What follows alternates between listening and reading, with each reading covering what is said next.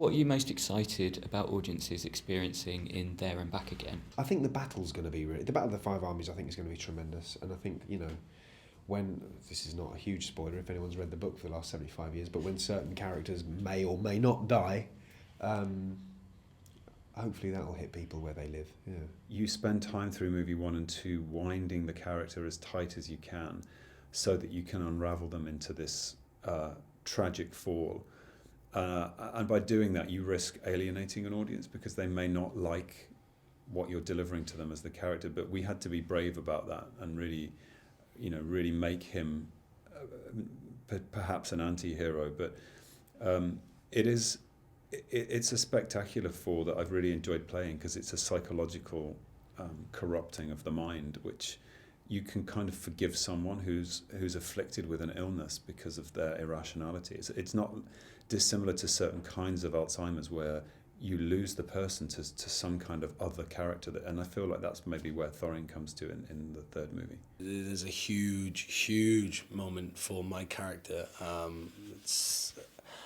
It was incredible to shoot, so I'm hoping that relays over out of the screen to the audience next year. I think the third film is going to be the crescendo of these films. I think that people will be so gratified when they get to that third film. Both the action gets to a place, that we haven't seen it reach yet, and the emotion and the character stories and the relationships and that depth has been built up over 2 films, and Peter's been working to earn that, so that in the third film your heart breaks for people and you go along with them emotionally on this journey.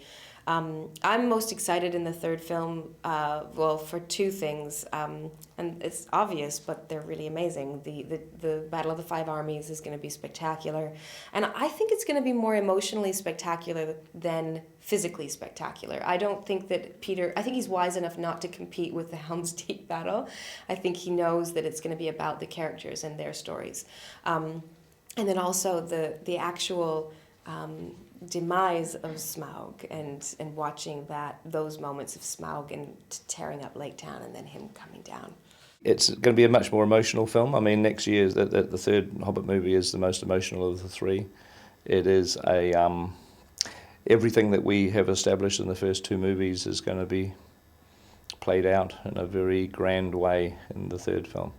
It's the third film again has a lot of freedom attached to it, because you really, all you're doing is you're now taking every conflict and every character, every conflict that you've established between our characters, you're now just playing it out in the third movie, and it's going to be full of action, that's for sure.